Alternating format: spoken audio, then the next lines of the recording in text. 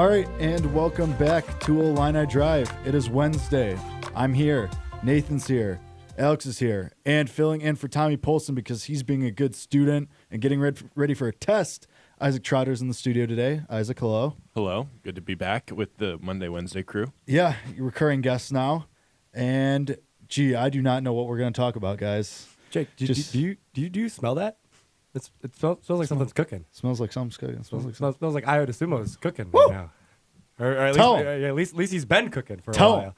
Because Io DeSumo just led us to our first upset of a top 10 ranked team since 2013. Yep. So, as Nathan said, Illinois beats Michigan State at home. Michigan State, the number 9 ranked team in the country, and Illinois wins 79-74. In a game that really they only trailed for a couple seconds of, really a minute maybe at most. And, you know, they entirely dominated the first half, and they cruised through that. Wheels came off a little bit. There was a little bit of shakiness in the second half, but they ended up coming back, nailing it down, 79-74. And this team now stringing a couple wins together, 2-win streak going into Rutgers, actually welcoming Rutgers on Saturday, but beating number 9 Michigan. I mean, that Orange Crush, they were happy to storm that court. It was good. It was one of those experiences that Illinois hasn't had in a long time, and it felt a little 6 years actually. Yep. It feels like this was like a turning point of the Brad Underwood era, and that really only time will tell when we look back in a couple years and say, "Oh, this was the turning point." But it certainly feels like it when you get a big time performance from Io DeSumo, and for a team that struggled to close all year long.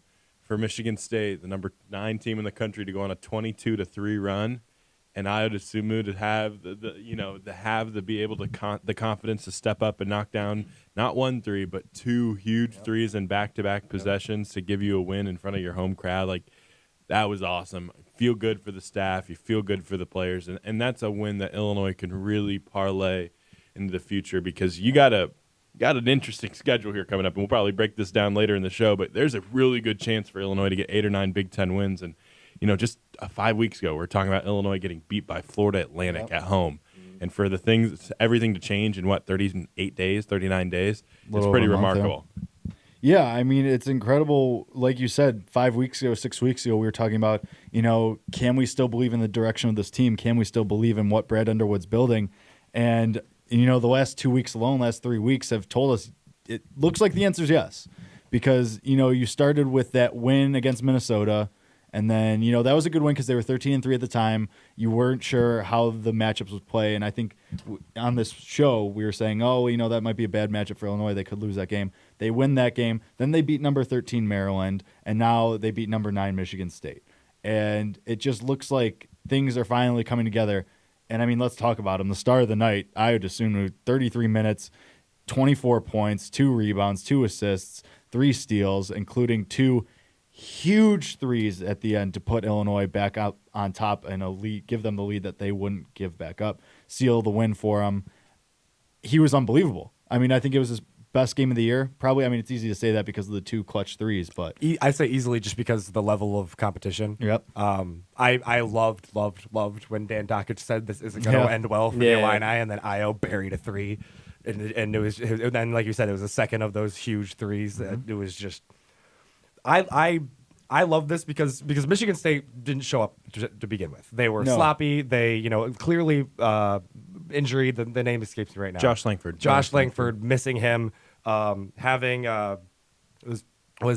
Cassius Winston not have a true backup point guard to sort of come in and calm his nerves as he ended up having 9 turnovers in the game. I mean, Michigan State was losing the ball constantly, but it was the 28 turnovers. They averaged about 13 a game. That's ridiculous. Well, Illinois does turn teams over, and they are a fast-paced team. And I loved seeing that it was a fast-paced game to begin with because that plays into Illinois' play style. And Dockich, he pointed out throughout the game about how high Illinois was playing, how there was a lot of like backdoor cuts going on, and for somebody that wasn't at the game but was watching on ESPN.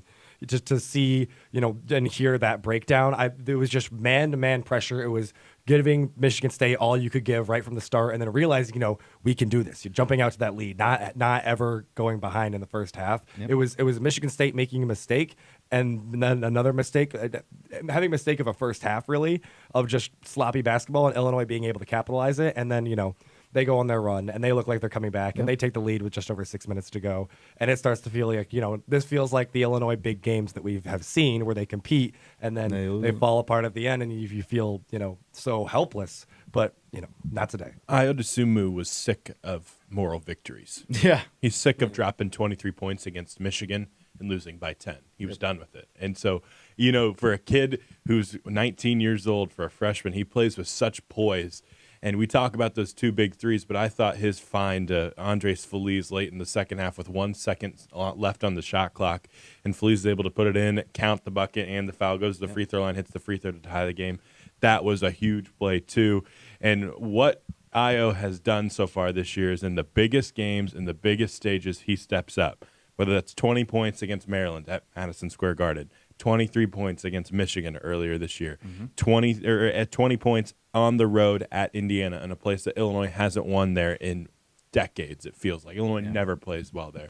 He is, every single time that we say, oh, this is a tough matchup for him, Michigan State has Cassius Winston, probably one of the better defenders in the conference, hands down the best point guard in the conference, front runner for Big Ten Player of the Year. Yep. Ayo DeSumo was the best player on the floor last night, and it wasn't close. It was not close. And, shout out to Tommy real quick, because if he was here, he would say that all year, he said, Nathan, you can attest to this, Tommy said that when there's big competition and there's high-level competition, Ayo DeSumo steps it up, and that's when he kind of steps up to the competition to meet them. And we saw it especially last night. Like Isaac said, potential Big Ten Player of the Year coming into the building, and Ayo puts together one of his best performances, if not his best performance all year. And the offense was awesome. Yeah. But Illinois' defensive effort on Winston has to be talked about, because Andres Feliz and Ayo DeSumo and Trent Frazier were on him all night long. And after the game was over, I went into the Michigan State locker room, and I'm talking to Cassius Winston, and he's bawling, and he's crying. He looks like he's just went through a fight that he just got destroyed, because he did. Because Andres Feliz bullied him all night long, because Trent Frazier wouldn't leave his side. And Ayo's length was really bothersome of him, too. And sure, he scored 21 points and had 9 assists, but 9 turnovers, that's his career high. You know what his second most turnovers in a game was? Oh, last year when he played Illinois, and he had 7. So he talked about how this type of style of play that Illinois has completely takes him out of his element, and that's why Illinois won last night. Their defense was great. But their defense was great, and it was like the best defensive performance that Underwood had seen of any team he's ever coached. That kind of says a lot when Brad says a compliment like that. It's the Brad Underwood teams we've been waiting for, from offense to defense, all of it. Wasn't this a Brad Underwood game? Yeah. It was. It's the one we've been waiting for, because I don't think we've had a game like that yet in his 2 years. You saw it a little bit at Maryland. But this was like the most complete. Sure. Finally, the product was on the floor from start to finish, defense and offense. Yeah, we've had the flashes with the offense. We've had the flashes with the defense. But it's never all come together at once and for a full 40 minutes. And against a team like Michigan State, who is probably, I think that they're the best team in the Big Ten. Michigan and Michigan State are right there together. And Michigan State has as good a chance as any team this year to make it to the Final Four out of the Big Ten. This is a really, really good team, and Illinois made them look uncomfortable from the opening tip last night. Sure, Michigan State went on that run, but Illinois was able to sustain it, get over the top. What a win for Brad Underwood. What a win for Illinois. And can I say this? I felt so good for the Orange Crush to be able to rush the floor after the last couple years of what they've had to endure with Illinois basketball. I get that Illinois is 8-15, and that game really isn't going to matter that much this year for NCAA tournament hopes, but that felt really good to watch them get that chance to celebrate on a big stage on ESPN. Yeah. Fun and scary. Oh, it was because you were on the floor. Yeah. Yeah, I watched your video today, and I was like, man, I feel like you would actually had to be in a matter of seconds, I got bumped like 20 times. When I saw everybody. Hard to shoot a video when you're getting steamrolled by a lot of people, huh? Yeah. So, when everybody started rushing, I'm like, oh, my God, this is happening. I'm a part of this. And then I get bumped one time. I'm like, okay, it happens. And I'm just getting shoved. My hat falls off. And I'm like, oh, my goodness, this is actually dangerous. But, just the atmosphere alone, even, throughout the game, you just see the Orange Crush getting so into it, and I'm just like, wow, it's different, obviously watching the game on TV, but it's a whole nother experience when you're there and actually being on the court, just being right next to the Michigan State bench. Well, first of all, they were standing up the entire game, and that was really annoying because it was hard to film. But they were just out, like as I said, they were just out of their element. They were bothered. So, I mean, this is the win that this team has been seeking for a while and that they needed. This is the game where, okay, things could really start shifting. And, you guys know me. I'm not too high on this team. I'm always, okay, they need to fix this, they need to fix that. But this is where I say, hey, I'm really hopeful about this team. But I think you're right, Alex, because you look at this schedule. You have Rutgers and Penn State at home. You have Northwestern Indiana at home. All 4 of those teams are really struggling this year. You're kind of right in the same range with them. This Illinois team plays different at home. And You I mean, also Indiana have and a Northwestern, you almost beat Exactly. when you were playing poorly. Also, you have another game on the road against Penn State. They have 1 Big Ten win. If you win those 5, you finish 9-11 in Big Ten play. It's not You bad. started 0-5. Yeah. And you would finish 0-5, And then 9 and you would finish 9-6 to finish Big Ten good. play if you take care of that. That's an outstanding finish. And honestly, We love character development. it puts you really close to the discussion of possibly getting in the NIT and being one of the first teams ever to make the NIT with an under 500 record. Like that would kind of get you in that discussion. If you get 9 wins in the Big Ten, which is loaded from top to bottom, that you're going to have that discussion. Illinois would be rewriting that conversation. And Alex, you made the comment about how a lot of times you see the things that Illinois needs to fix, and it didn't really feel like there was really anything in this game. I mean, Yeah. you talked about how, the defense that I already alluded to, the offense that everybody was getting involved, and that, DeMonte Williams is going to give you anything, but other than that, like everybody, Feliz off the bench and having He was awesome, wasn't he? and having Aldonis being a big presence there for a while, and the little back and forth that he had there with the back-to-back charges. I mean, this team was a team effort. It was going to take a team effort to beat a number 9 Michigan State. To finally get the monkey off your back of a ranked opponent you don't stand a chance. To finally be able to do that, to give the Orange Crush that win, to give this fan base that win, to give some hope into this team, and say, this can become something very special. You could start seeing some very special games at the State Farm Center from now and for years to come if everybody from the players, the coaches, the fans, and the media, everybody to buy into the idea that Illinois athletics could put a basketball team in the NCAA tournament and field something amazing every night. That's what this sort of win starts to begin to make you believe. Program defining, as Brad Underwood called Starts it. conversations. Yeah. And this wasn't a fluke. No. Illinois had built up wasn't. to this for the last 4 months. This wasn't like, oh my gosh, The last 3 everything weeks. Right. No, oh my gosh, everything came together one night. Illinois hit 19 threes and beat Michigan. That's not what this was.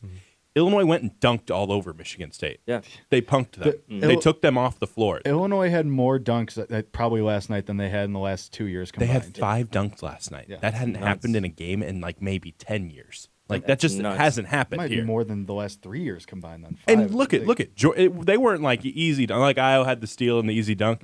Tevian Jones dunked on somebody. Yeah. Georgie So, yeah. dunked on somebody too. And Kipper Nichols dunked on a third guy. Like Yeah. that's what I'm saying. Like a number 9 team waltzed into Champaign last night, and you punked them and beat them off the floor. That their star player was crying in the locker room. Yeah. That hasn't happened in Illinois in a long, long time. I remember pregame, me and my buddy Mike Atkinson, who shoots for Barstool, shout out to him. We were looking at each other and like, hey, Michigan State isn't really out here, shooting around, getting warm-ups, and we're just joking around like, oh, they probably think they're going to beat us, they're going to punk us, and, it was the other Trap way game. around. Yeah, exactly.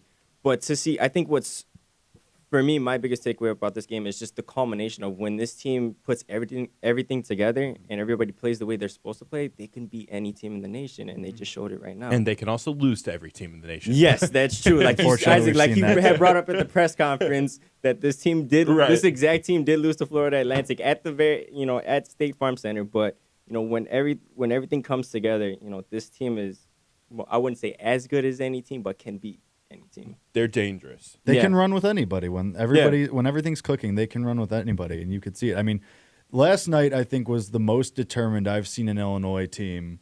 Like everyone, like not just Io DeSunmu being determined to get, like every single guy diving for a loose ball, going in there, like Trent was locked in. bumping Yeah. shoulders. Andres Feliz went in the middle of some big dudes a couple times, taking charges, trying to draw the contact.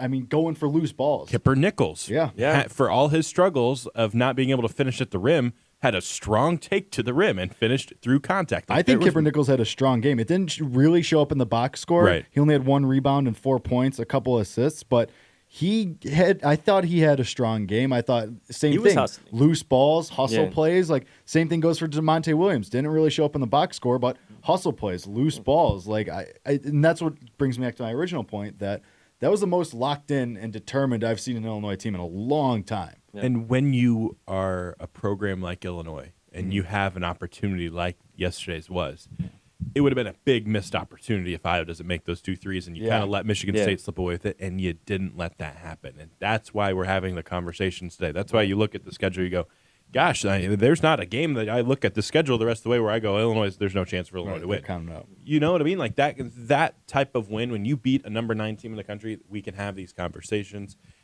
You had to feel really good for Brad Underwood because the fire Brad Underwood camp after the Florida-Atlanta game was out there. And it was rolling. Yeah.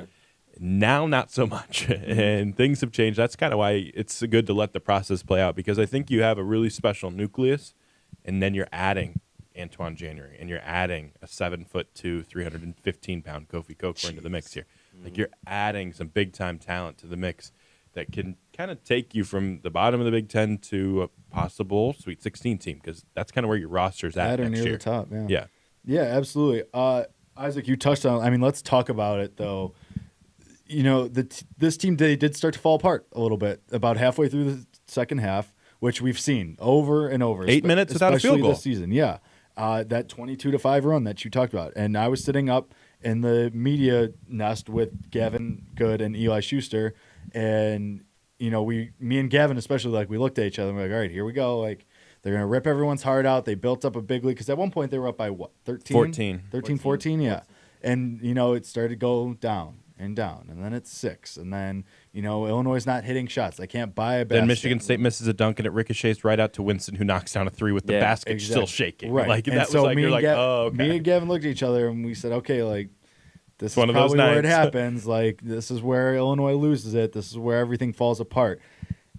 And that's where I say this was the most determined I've seen this Illinois team in years, because they overcame that. And we hadn't seen that ability from them in a very long time, because they were able to find their rhythm again, take Michigan State out of theirs, lock it down. And even though they lost the lead, you know, we've seen them, once they lose the lead, not be able to get it back. They kind of quit a little bit. They were able to get it back and fight back. Think of the droughts we've seen this year. We saw the drought against Iowa State. Mm-hmm. We saw a drought against Xavier. You had a lead against Ohio State and lost it. You had a lead against Indiana and lost it. You had a lead against Northwestern and lost it. Indiana. Exactly. Brad Underwood has 13 losses on his resume where Illinois has had a lead or been within a bucket with 2 minutes to go. And last night you found a way to win. Last night you found a way to make the clutch play down there. I think I really do. Like, I don't want to jump on the immediate conclusion that this is a program changer and this changes everything, but it certainly feels like the arrow is, if it's not headed up, it's really in the right direction. You're kind of moving in the right way, and I think this game could be a catapult for Illinois to get right back into national relevance in a couple years. Yeah, I mean, I don't think it's too much of a stretch to say that this is a turning point. Like, because you take a win like this, you say, you know, look how completely we played. Look at, you know, the contributions from everyone, from Ayo Dosunmu to DeMonte Williams. You know, everybody contributed at some point. They all threw in something. So I don't think it's a stretch. And Underwood alluded to this in the press conference. He said, you know, we won't talk about it right now, but maybe at the end of the year, 5 years from now, we look back at this and say, this is where it started to turn around. I don't think that's a stretch. I think, you know, just to play devil's advocate, I think, you know, you could say this is a turning point, but it's not necessarily the game where, you know, you beat Michigan State. It's what you do afterwards. Right. Absolutely. Right. Afterwards. Now So- you got to build on it. Right. You cannot go lose to Rutgers on Saturday. No, not at all. If they do that, then it's like, okay, now we're kind of sort of back to Nice square job, one. Fluke. Good job. Now, great Right. job for beating Michigan State. Now Then it you doesn't lose. mean But anything. if we come back and beat Rutgers and beat Penn State, then we're just like, okay, you know, I think that was this Michigan State game was the game that they needed to get over, and now we're gonna start to see that, hey, this team is in the right direction. 10 days from now, Illinois could be on a 4-game win streak. 10 days from right now? Or not right now. When's the Penn State game? So, well, they play Rutgers on Saturday. Then they go on the road at Ohio State, which will be a tough game. And then they go on the road at okay. Wisconsin. I forgot about Then they come back to play Penn State in 2 weeks from Saturday. Never mind. I don't think Ohio State's out of the question either, though. No, it's not. You could absolutely go beat Ohio State. 3 wins over the top 30 in the last I think it was 20 days or something like that. Yeah, haven't the new Ken Pom thing said that Brad Underwood's best 3 wins of his Illinois tenure have been the last 3. Those 3 weeks. That makes sense. And like, it's funny, the people that you name on the win list: Minnesota, middle of the pack, Great win. great win. Maryland, you know, that's a ranked team. They're kind of stumbling right 13 at Maryland. now. Then you go and you come back and you Host Michigan Nebraska. I'm blanking. Nebraska. Nebraska, who's had a phenomenal season, they're slumping right now though. But and Michigan State. Those are 4 teams that all at some point were either ranked or really stepped it up in Big Ten play, like how 4 Minnesota tournament did. teams. Yeah, 4 probably tournament teams. We'll see how Minnesota's season and see how Nebraska's season Nebraska. end. But Yeah, I mean, but as of right now, Minnesota's a safe tournament team, and Nebraska, they have was their before issues. this 5-game losing streak. Right, they have their issues, and you have to kind of see how they fix it. But they had a big injury too that kind of messed up their tournament hopes. So that's still a really good team. So you're right, Nathan. You look at this schedule, you look at the wins that Illinois has, and they're impressive. You're not beating fluke teams here. Mm-hmm. Now you can build off of it. If you get to 8 or 9 Big Ten wins at the end of this year, say you finish 13-19 this season, but you have 8 or 9 wins. You doubled your wins from last year. You add a recruiting class. We can have the conversation that this freshman class might be the best freshman class that Illinois has had since D. Brown and Darren Williams and James Augustine. Mm-hmm. Wow. You're kind of moving forward. Wow. It is. Like, you look at the numbers. Yeah. Right, Io, Georgie, Tevion's stepping up. Alan Griffin you feel really good about him. Like, like Kendrick Nunn and Malcolm Hill are 2 people that kind of we bring up sometimes, but Kendrick Nunn didn't finish his career here. Malcolm Hill had a great career, but after that, Jalen Tate, are we going to? No, Yeah. Right. he was horrendous. He couldn't shoot a jumper. There were Austin Colbert was horrendous. Like he ended up transferring. Like another. This is at least 4 deep. I mean, Georgie and Io are starting right now. Tevian, you're seeing his minutes increase. Alan He Griffin played well too when he was out there. Yeah, and I think he did. Alan Griffin's going to be really good. Alan Yeah. Griffin, they feel really good about him and his shooting ability. I mean, a lot to look forward to. I just look throughout the years and you go, you haven't seen a freshman class like this because Ayo Desumu's probably a top 2 freshman in the league. Georgie Bachanishvili will be very much in the mix to be on that All Big Ten freshman team too. Yeah. This just hasn't happened in a while, and I still think Tevian Jones has the highest upside of them all, which is kind of scary. Yeah. I'd like to revisit my statement of in 10 days, Illinois could be on a 4-game win streak because Rutgers, there's no reason you can't beat Ohio State and Columbus because they have the same amount of wins as you. Oh, yeah, for sure. They struggle. They can't score. They're not that great. They can't score. So I'm going to go back to that because there's no reason Illinois, I mean, even further, you were beating Wisconsin. You were like handling Wisconsin pretty well, and that was another one where you collapsed a little bit. I mean, 6-game win streak isn't out of the question. This is the conversations that we're allowed to have after you beat the number 9 team in the country. Yeah. This is it. This is why we can do that. We can talk. Can Illinois win out? After the team had their best game as a team at the past 2 years. Now, year and a half. this team outside of the Maryland game hasn't proven that they can win on the road. I think that they'll have chances against Ohio State. I think they'll have chances against Wisconsin. Can they get it done? It remains to be seen. But hey, there's not many 8-15 teams that would get an audience like they got yesterday, and there's not many 8-15 teams that are really interesting. Illinois has both of those things going for them. Put us on ESPN again. See what happens. Good things They happen. are. They are again soon. On ESPN? On Ohio State. Yeah, Ohio State is ESPN, and then Wisconsin's FS1, Yeah, right. and then Indiana's FS1, and Penn State to end the year. Get out the way. The freight train's kind of coming in. National television. Illinois loves the national spotlight.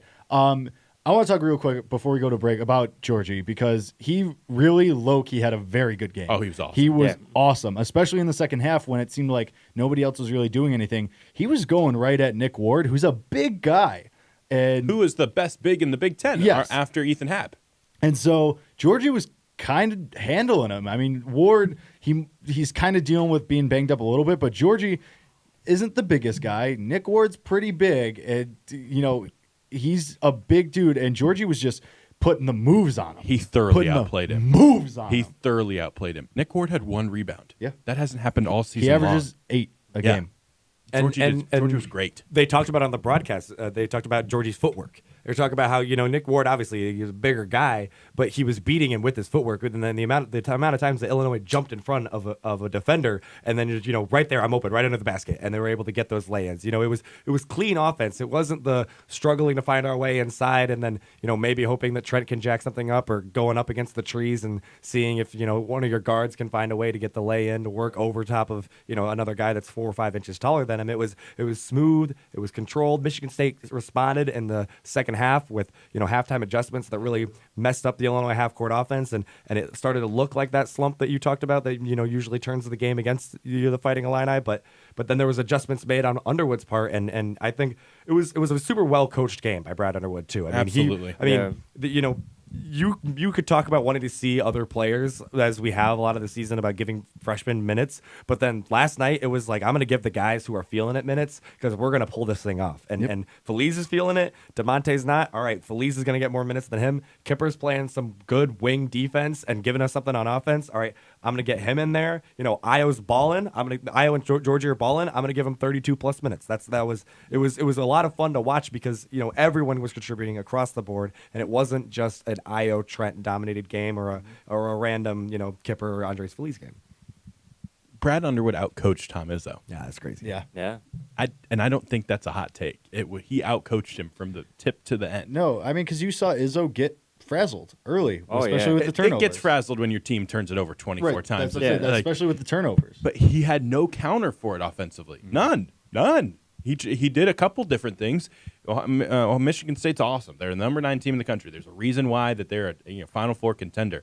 They were gonna get theirs, and they had a solid game. They shot 51% from the field, but Illinois took them out of their element. And I have never seen Izzo look so perplexed on the sideline. Oh yeah, just seeing him pacing back and forth, he just had this look of just like, what do I do? It's Tom Izzo. You just couldn't stop him. He had no answers. And they're talking on the broadcast. They're expecting him to blow his gasket and get super mad at his players. And a lot of times they'd come off and he'd be kind of this collected sort of just not sure what to say. Yeah, well, obviously, if it's turnovers, you're going to look at your players and be like, stop turning the ball over. Right. Pass to your man and make smart decisions and calm down a little bit. D1 college basketball players, stop having butterfingers. You guys are all Americans in high school, and we're the number 9 team in the country. We should come in here and handle this game. But it was the second half when you started to expect, Izzo to really start freaking out and being like, this, that, the next thing. Brad Underwood had a scheme. And then obviously we match up well against Michigan State because they don't really have the true center the same way that Illinois doesn't have the true center.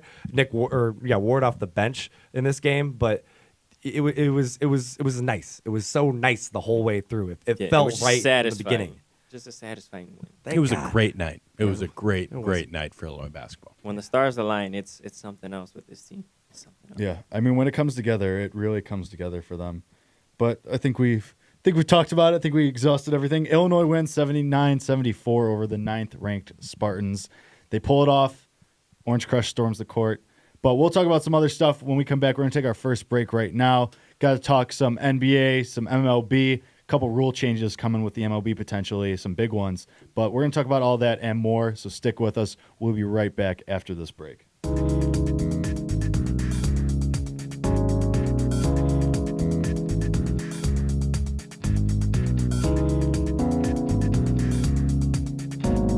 And we're back. Illini Drive is back here. We have potential breaking news. Yes, big-time breaking news. The Washington Wizards are sending Otto Porter to the Chicago Bulls for Bobby Portis and Jabari Parker. Love it. According to Shams, I just got it right now. This is really good in an instant right now for the Bulls, but I'm not sure what they're planning to do with this. I get getting the Jabari Parker deal off of the books. I mean, Bobby Portis wasn't a part of your future, so that makes sense. But Otto Porter, isn't he like? I think Otto Porter's a decent get for them. You needed he's a only wing. 25. Remember what he was, number 2 pick overall, right? At one time. Oh, I don't know what pick he was. I know he was savage at Georgetown. He was a lottery pick. He was. He was a 3rd pick overall. Number 3 pick overall. That's a really interesting get for them. And I love it because his nickname's Bubba. Who would have thought that the Jabari Parker trade wouldn't work for the Chicago Bulls? I mean, giving up Portis is not great. I guess. Isn't. Okay, sure. But I mean, when you have Markkanen and Wendell Carter, I guess he's expendable. Well, but you also just got a wing. Yeah, which I hope to God only that they 25. get a pick with that though, because that's a contract that they're taking off the books too on the other side. That's fair. The Bulls better get a pick with that, or that's going to be a disaster. Otto Porter currently shooting 45% from the floor, 36% from 3. I mean, decent. he's a 12 pretty points good a game. outside shooter if you get him space. I mean, he's a very long wing. Right now, the starting wing for the Chicago Bulls, Wayne Selden. I mean, was that your plan going And he's forward? a great defender too. Yeah. Like That's this what is it a looks like. two-way. I kind of like this. The more I think about it, the more I like it. It opens up more playing time for Wendell Carter when he gets back from his injury. Lowry Markkinen can continue to be in his role. Bobby Portis is not going to be your long-term fix here at power forward. So hey, if Otto Porter, you're going to take a risk on the number 3 pick in the draft, I'm all for it. Wow, they have him under control next year and the year after too. Really? So yeah, 2 more years. Kind of expensive. He's gonna be making 27 mil this next year and 28 and a half the year after that.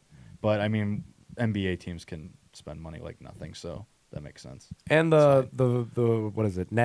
The values just came out. Chicago Bulls is the 5th richest. Fourth, I think it was. Yeah, 4th. Yeah, you're Hey, right. Reinsdorf is always down to make an extra $1 million, whether that's taking on different contracts like Carmelo and cutting him or whatever he wants. He'll make his $1 million. So I'm glad that they actually made a move that maybe furthers you for the future. I'm not sure yet exactly what the plans are with Otto Porter Jr. Maybe they dangle him and try to trade him again and try to recoup more draft picks. But I would take a risk on a 25-year-old number 3 pick in the draft. Sign me up. It's better than taking who were they going to take from the Lakers? KCP. KCP? Yes. Yeah. Yes. That's. I mean, I like that. Yeah, but it would I like a swap for Jabari Parker. but It I would've been like the worst thing. I like getting Porter back a lot more. This is true. That's interesting. The Bulls actually possibly doing good basketball things is very, very interesting. We'll see. Take it with Yeah, a grain of well- salt. Yeah, I was saying, and this isn't finalized. The Yeah, that's Bulls could blow this. Yeah, that's true. Illinois football did some stuff. So Isaac's the Illinois football guy. He was at the press conference, so I'll defer to you on this one. Let's hear it. Isaac to take the lead. So Illinois today was National Signing Day, so it's kind of this is the second signing period, so it makes it a little bit easier for Illinois because you signed 11 guys in that first part. But this second signing period was when you got Shimon Cooper's name in ink. Officially, you also added Tariq Barnes, so you've added 2 big-time linebackers to your mix. I think both those guys are really good long-term fits. But really the big story today was Miles Smith and Kenoto Hudson were both added to Illinois' staff. You now have both your defensive staff is all fixed. Miles Smith is Lovie Smith's youngest son. He has 2 years of experience as a defensive quality control coach for Tampa when his dad was the head coach. He has that's about it. That's all he has on his resume. Where was he last year? He was with Illinois as a grad assistant. Good. And so he was elevated to the cornerback's job, an interim quarterback's job when Donnie Abraham left right at the beginning of the year. So that's not a great hire. It's just not. It's taken you a really long time to do this. Kenoto Hudson's a great recruiter. Will add a ton in Florida. He'll be your cornerbacks coach. That makes a lot of sense. Up and coming recruiter, great on for the USC staff. Has done a good job there. Was on FAU and kind of recruited half of their guys in this class of 2018. That's a very solid hire. That's a B hire. Miles Smith is a very, very hard justification to sell. You can't. He would not get a job at any other Big Ten program, let alone any other Power 5 program, unless it was Illinois, because his dad's the coach. And this could work, and Miles Smith could end up being a really good linebackers coach and end up being a really good recruiter, but he hasn't proven it yet. And when you're Josh Whitman and you give Lovie Smith $4 million to pay your assistants, and you give a $250,000 job to Miles Smith with 2 years of experience and never being a coach, it's a tough look. It's a really tough look. So this is kind of a situation where you look at Illinois' defensive staff and you go, okay, we're coming off the worst season ever for Illinois defense. Austin Clark, 1 year of college experience as your defensive line coach. Miles Smith is your linebackers coach, 0 years of experience. Kenoto Hudson's your cornerback coach. He has 0 years of coaching experience. Gil Bird is your safeties coach. He has 1 year of college coaching experience. It's a tough sell. Quote from Miles Smith: "I completely understand the concern. Nepotism is what it is. I understand how things look, but what I will say is, while I understand it, I don't agree with it. I'm a good football coach in my own right." I mean, what else are you gonna say? Right. But Yeah, quote, I suck at coaching. No, yeah. quote, I'm a good football coach. So is this, to play the other side, is this more of, because Lovie Smith is now the defensive coordinator Yes. too, is this more of him just putting guys into the positions and more like him saying, okay, really it's going to be me coaching these guys? Yeah, because in Lovie Smith's quote, it's really interesting. He goes, Quote, Miles proved himself on the practice field and in the meeting room last fall and has earned the opportunity for this permanent position. I saw tremendous growth in his coaching ability as the year went on. I will also be working with the linebackers on a daily basis for additional input in that position. Mm-hmm. So you hired your son to coach the linebackers, yet you're going to still work with them on a daily basis. I mean, I don't necessarily It's tough. hate Lovey being defensive coordinator. It's great. I love it. As Yeah, he was brought it's in fine. as the defensive and head once coach. the replacement was made last season, there were improvements that were made a little bit.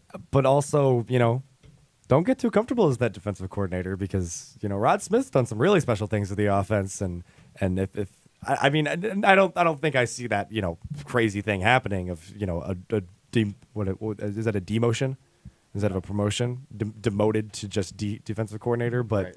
I mean, I don't know. It just feels weird that you would do this at this time. Mm-hmm. It would feel good to hire a linebacker coach with a ton of years of college coaching experience that you maybe are a Proven little, record as a recruiter. or just maybe that you're even a little less familiar with. But just to do something to have sort of like you talked about, coaching experience on the defensive side of the football, an area that needs major improvement if Illinois football is to become even a bowl team. I hate to say this, but it feels like Miles Smith is a really safe hire where Lovie Smith can kind of get a yes man, per se, because I don't think Miles Smith, the youngest son, is going to walk up to his dad and say, Coach, you're making the wrong decision. This is what you should do with your defense. Right. That's just my personal opinion. We could see how that works out. We'll see how that works out in training camp when you kind of get an up-close view of how this works. But for what you get during an interview and what you kind of see is Lovey's in charge. Yeah. And when Lovey's in charge and he's going to take all this ownership, now it's his time because Illinois is going to go out on the field, and if you're 3-9 and you're 4-8 and the defense is just as bad as it was last year, Lovey's going to get fired. That 2-year extension doesn't mean anything. It didn't mean anything. It was supposed to help you get really good college coaches to fill out your staff, but Miles Smith is the guy. So we'll see. We'll see how it works. Jake, let's see how you like this one. If Miles Smith turns out to be a really good coach, I wouldn't be surprised.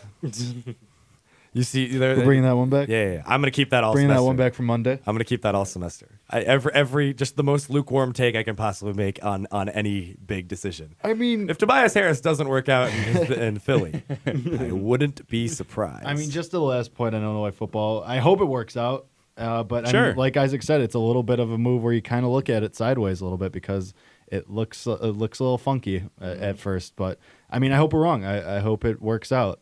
But let's move to what Nathan alluded to. Tobias Harris is now a Philadelphia 76er. The Sixers get Harris and Boban Bogdanovic. I think that's a good move for them. And then they gave up a lot, though. I believe they gave up a handful of picks to the Clippers. yeah, two first rounder this year of their own, and then in the next draft, but that was Miami's pick. Probably a solid pickup there for the Clippers because the Heat don't really look too much on the incline right now. So it's a chance to be a lottery pick. I think this Nathan, correct me if I'm wrong, but it feels like the Clippers have an opportunity here where you stockpile picks and then you go, we were one of 4 teams that Anthony Davis said I want to go to. Hey, here you go, New Orleans. You get your 4 or 5 picks because now you have a couple extras. That's kind of my first gut judgment. Was that for you as well? I definitely thought this was a move on the Clippers' part to set them up for free agency, whether it be to trade and try to acquire Anthony Davis right now, or whether it be to set them up for what is assumed to be a super hot summer in the NBA with all the free agents that are going to be out there. Right. So, I could see it. Here's my take. KD to the Clippers.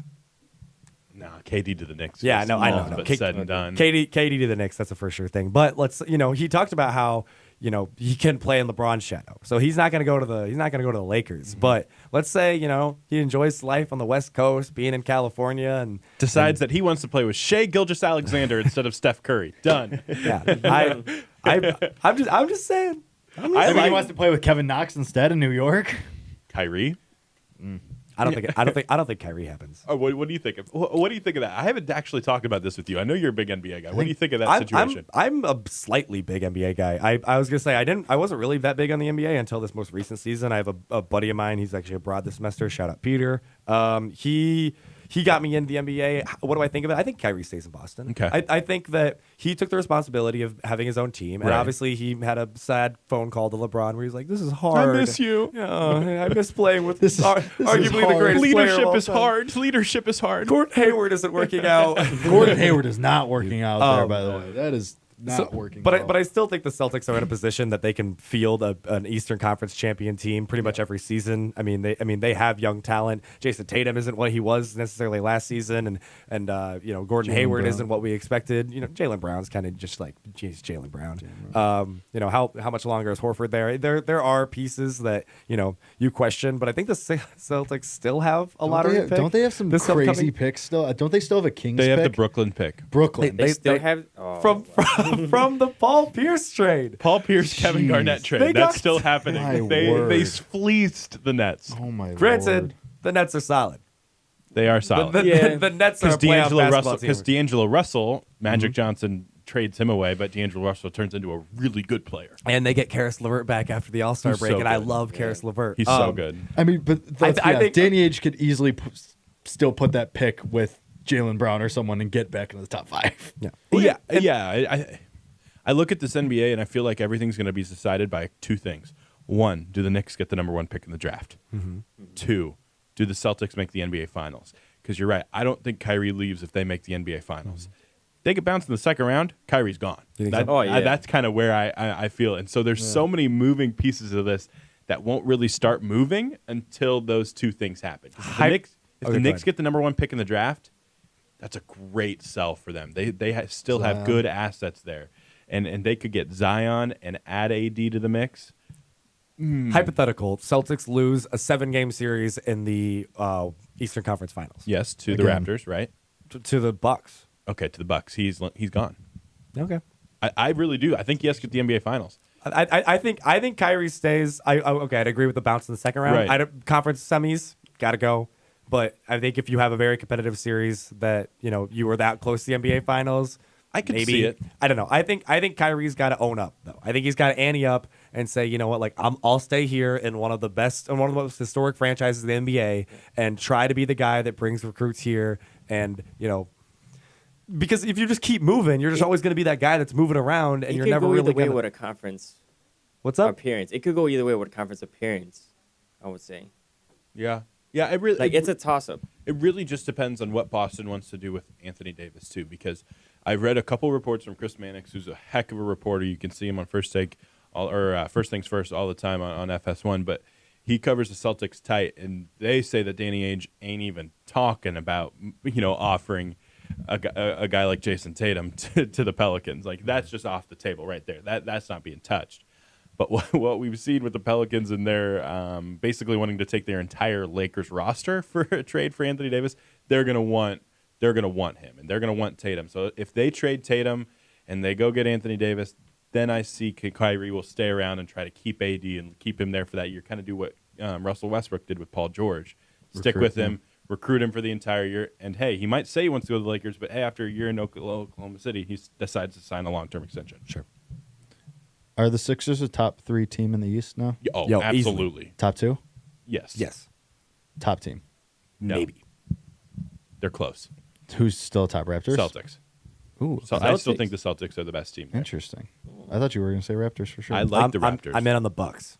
yeah. Really? I am. I love That Malcolm. Thon I Maker love trade. Malcolm Brogdon on top of having Chris Middleton and Giannis be all stars. Just added Stanley Johnson. Watch out. Yep. Stanley Johnson's really decent, though. He was a really good player, good shooter, too. Wing defender, kind of similar to Otto Porter in that way. He reminds me a little bit of like a poor man's Chris Middleton. Like I think that's kind of the type of comp that he could be. That's a very poor I man. mean, Joel Embiid, Ben Simmons, Jimmy Butler, and Tobias Harris with JJ Redick, who's still weirdly like pretty good, He's so even good. though he's like 57.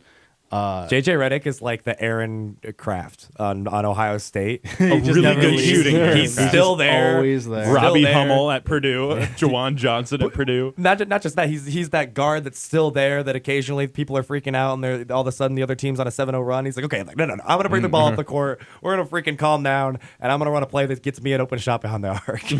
He's so good. And I really think that Embiid makes them click because I don't see a player in the Eastern Conference that can guard him. They Yeah. just can't guard him. He's a freak. Best And center in the then you add Ben Simmons to the mix. Oh, and now Jimmy Butler's playing at a high level.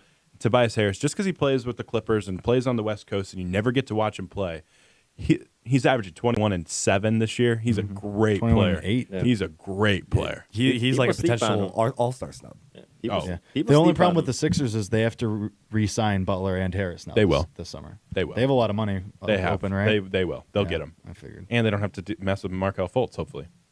Yeah, they might trade him away still, right? He still has value. He still has Yeah, value. But get rid of it. Former number one. Get what you can for him now.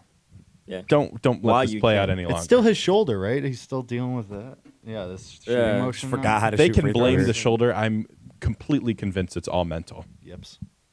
It's all mental. Yeah. That's where it is because you can't tell me that the shoulder was completely fine at Washington and completely fine in the first couple of games of the year when he was playing fine, and then automatically the shoulder just changes right there and he can't score. Pro It's just, sports are hard, man.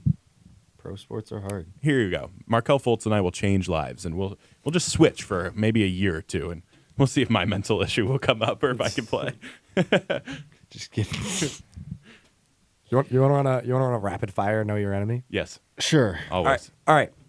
Know your enemy. This Saturday, the University of Illinois Fighting Illini will take on the Rutgers Scarlet Knights. Lame mascot. The Scarlet Knights average 66.8 points per game, allowing 67.1 points per game. Their player to watch is Eugene. Help me out. Omar Yui. Sure. Eugene O. He has Love 14.6 per game, 7.2 rebounds per game, 45% from the field, 34% from the three. He is the guy that you're going to need to watch, the guy that you need to contain. But the X factor is Geo Baker. They're very skilled guard. I mean, obviously Illinois has a great backcourt. If you're gonna stop Illinois and their scoring, you're gonna have to stop Trent and Io. Geo Baker, 13 points per game, 4 assists, 72% from the free throw line. He is their best free throw shooter. But the matchup to watch, and I think what will decide this game, is Georgie versus the Rutgers big men. Omar Yui, Harper Jr., and Dorson are all very big. That's not including one of their freshmen off of their freshman who comes off the bench, who is a Georgie type. He's 6'10" freshman that's contributing very well to the team. It's Rutgers. You should beat Rutgers. At home. At home. Yeah, exactly. Yeah, at home. Coming off this one. Coming off of a win against the number 9 team, Michigan State. This would be trap game. Potential trap game. You're feeling good about Michigan State. This is Rutgers. Who cares? We got another home game before we even have to go on the road and worry about an Ohio State team that will put up a good matchup against us. You can't overlook them because they did beat Indiana on their home court. I know Indiana's slumping right now, but Rutgers has the same amount of Big Ten's wins as you. They are currently higher in the standings due to tiebreakers. And if you win, you're the number 9 seed in the Big Ten. Boom. Oh. And you have 5 Big Ten wins, and that's awesome. So All right. let's run quick predictions. That's Okay. pretty good. Let's run quick You want predictions. me to go first, or you want to go first? I have Jake, Isaac, Nathan, Alex written because that's how I feel like it usually goes. Sure. So. Okay, I think Illinois wins this game. They should win this game. Like you said, it's Rutgers. It's at home. You just beat the number 9 team in the country. I think this game is 75-68 Illinois. I think that I understand the fact that this could be a trap game, but when you're 8-15, no game should be a trap game, right? You should not be going in thinking that you're going to beat anybody.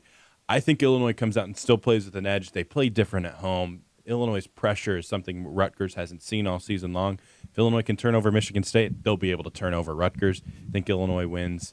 You stole my pick, 77-65. Okay, fair. Nathan? All right, I'm gonna go an Illinois win too. I'm gonna feel an offensive explosion. Uh-oh. I feel okay. that they're gonna feel confident from the Michigan State game. They're not gonna overlook this Rutgers team. They're gonna be excited to put together a 3-game win streak, and all of a sudden they come out 3 straight home wins and they win 82-71. Okay. Oh, wow. Okay. Double digits. Now this for is your Nathan. turn to pick Rutgers, so you're the right one. All right. Alex is our pessimist. I won't be pessimist as I usually am. I will say Illinois wins, but I say they win maybe like 70-60. I don't think it'll be super high scoring. I think they take a little bit of a step back just because, they do stuff like that. But I do think they still win, though. Okay, so basically what we've decided is that Illinois is not going to fake us out, right? Illinois is not going to fake us hope out. They're not. not going That to is play the great hope. against Michigan That State. is- Hey, Nathan, Not on this I game. wouldn't be surprised. Yeah. I wouldn't There be it is. If surprised. Illinois blows out Rutgers, Aye. I wouldn't be surprised. Jake, you wanted to talk MLB rule changes. I don't really know one other than the proposed NLDH. So So yeah, go. I mean, All right, rant, here you go. That's the biggest one. Let's go. There were a bunch of new rules proposed by the Players Association, the Players Union back to the league. The biggest one being that they want a universal DH. Do it already. It should have happened 10 years ago. Yeah. Let's get this show on the road. Yeah, I get that. I get that pitchers want to hit a lot of times, like Noah Bunting Syndergaard. is cool. Yeah, well, guys like Noah Syndergaard have made tweets, and Max Scherzer has professed that he wants to hit. Don't pay you Stop. $250 million to bunt. Correct. And I mean, that's the thing. And the thing is, the majority of pitchers, they look foolish when they're up there. Yeah, sure, there are guys like Madison Bumgarner and Jake Wainwright. Arrieta that can swing it a little bit. But there's also Kyle Hendricks. right, but I like, laugh whenever he stands in and the the thing box. is, like, if they can hit and you really think they can hit that well, then you still have that option. But for the teams that have Bartolo Colon out there, give them the DH. It makes more sense. And for certainly like a team like the Cardinals, who have Jose Martinez, he doesn't have a position. Put him at the DH. It makes sense. And if these proposals go through, this starts in 2019. And it extends the career of so many different players. Yeah. And as these stars get older, as Albert Pujols gets older, he doesn't have to go, well, gosh, I can't go to any of the National Nelson League teams Cruz. because I can't play in the field anymore because my foot has plantar fasciitis or whatever, and I can't walk. Right? Nelson Cruz, who's hit the most home runs in the last 5 years in the MLB, could only talk to 16 teams this year because he Exactly. can only Lowers DH. your value. It Right. lowers your value. It's not close. I'm agree with you. I agree with you 100%. And it affects the Bryce Harper and Manny Machado talk, or mainly Bryce Harper talk. I think Yeah, that mostly that Harper, I think. if you have an outfield that maybe okay, If you're the Yankees, yeah. If you have an outfield that's stacked, all of a sudden you can sign Harper and whoever Figure it you out. want to throw out in the field and whoever you want to DH. If you're the Cubs and you're standing by a Kyle Schwarber, but you have the potential to put field that Harper and Almora Schwarber, Jr. and Hayward Schwarber and then DH. have Schwarber DH. Like Yeah. that is if you're a team that's outfield heavy and you can sign Harper and DH one of those guys, then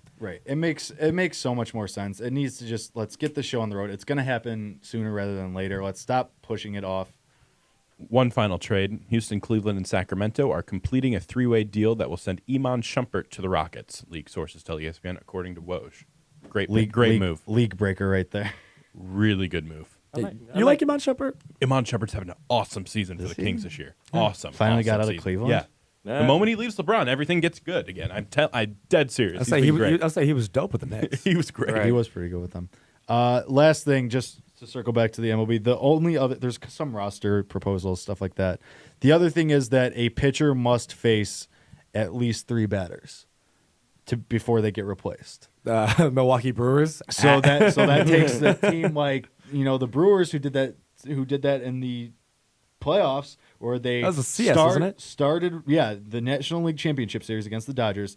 The Brewers started Wade Miley. He threw a pitch. They yanked him. Brandon Woodruff came in. That would take that out. So that would take a lefty batter, a lefty specialist out, and then you get these, teams that play the matchups as much, takes them out of it a little bit. How do you feel about it? I don't Meh. really know. I think I have to think about it more. I say It makes screw it. sense. I like lefty specialists, not going to lie. I like lefty specialists. It makes sense, but also like if you're doing it, it does slow the game down. It does do that. But I don't know. I don't hate it. I don't think I really have a feeling one way or the other on it. I can live with it. I can live without it. It doesn't really matter. But it takes specialists out. It devalues guys. So I don't know. It's a weird thing. I wouldn't hate it. I wouldn't love it either way. You know what else is a weird whatever. thing? A lot of things, but which one do you have in mind? Just the day after an Illinois win against a ranked opponent. It's a weird thing, but like you said, I don't hate it. To end the show, let's hammer that point home. Illinois, who was 7-15 at the time, they beat the 9th-ranked team in the country, the team that you thought would be in Final Four contention, national championship contention, and Illinois just comes and dominates them for an entire half, dominates them for 35 minutes out of 40 probably, and they seal the win. And the ILL. biggest win of the Brad Underwood era. I don't know if we're allowed to say that because we should probably be objective in our analysis, but ILL. I mean, go Illinois, man. That was a great win. They deserved it. We've been working towards this for a long time. They've been working towards this for a long time. Underwood said that they work every day. They earned it. I mean, it's good to see. The only thing is, I would assume we put up another huge game. Draft talk's going to keep coming. I'm a little scared, but It's fine. He's coming back next year. I still He's think he coming back. stays. You know what, He's Jake? coming If back. you want an objective show, listen to Tuesday, Thursday. This is a Illini Drive, Monday, Wednesday crew, and we do things differently on the show. On that note, this has been Illini Drive. That does it for me and Alex and Nathan for the week, but Isaac and Eli and Tati will be back tomorrow for the Tuesday, Thursday show. They will give you their takes from last night's game, for the game coming up against Rutgers, all that other good stuff. But for myself, for Nathan, for Isaac, you've been listening to Illini Drive. Thank you for joining us. Alex, hit the music.